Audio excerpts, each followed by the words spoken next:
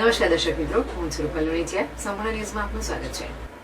Tharad Sanchore highway પર Maheshwari society પાસેના crossing પર આજે ટ્રિપલ અકસ્માત સર્જાયો હતો. આ દુર્ઘટનામાં એક કાર, રિક્ષા અને બાઇક વચ્ચે જોરદાર ટક્કર થઈ હતી, જેમાં ત્રણેય વાહનોને નોંધપાત્ર નુકસાન થયું હતું.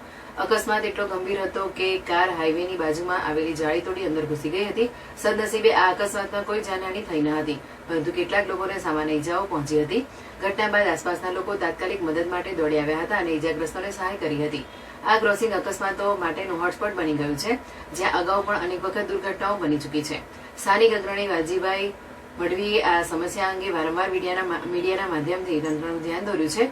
સ્પીડ બ્રેકરના અભાવે વાહન ચાલકો બેફામ ઝડપી વાહન ચલાવે છે, જેના કારણે અકસ્માતનું પ્રમાણ વધ્યું છે. ખાસ કરીને દ્વિચક્રી વાહન ચાલકો માટે આ માર્ગ જોખમી બન્યો છે. વાલજીભાઈ મઢવીએ જણાવ્યું હતું કે મેઇન બજાર જવાના રસ્તા પર હાઈવે પર આવેલી મહેશ્વરી સોસાયટી પાસેના સર્કલ પર સ્પીડ બ્રેકર મૂકવાની માંગ ઘણા સમયથી કરવામાં આવી રહી છે. અનેક વખત રજૂઆતો કરવા છતાં અહીં સ્પીડ બ્રેકર મૂકવામાં આવતું નથી. તેમણે ઉમેર્યું કે આજે થયેલો અકસ્માત ભયંકર હતો, પરંતુ સદનસીબે મોટી જાનહાની ટળી છે. ભવિષ્યમાં આવા અકસ્માતો ટાળવા માટે તાત્કાલિક ધોરણે સ્પીડ બ્રેકર મૂકવામાં આવે તેવી સ્થાનિકોની પ્રબળ માંગ છે.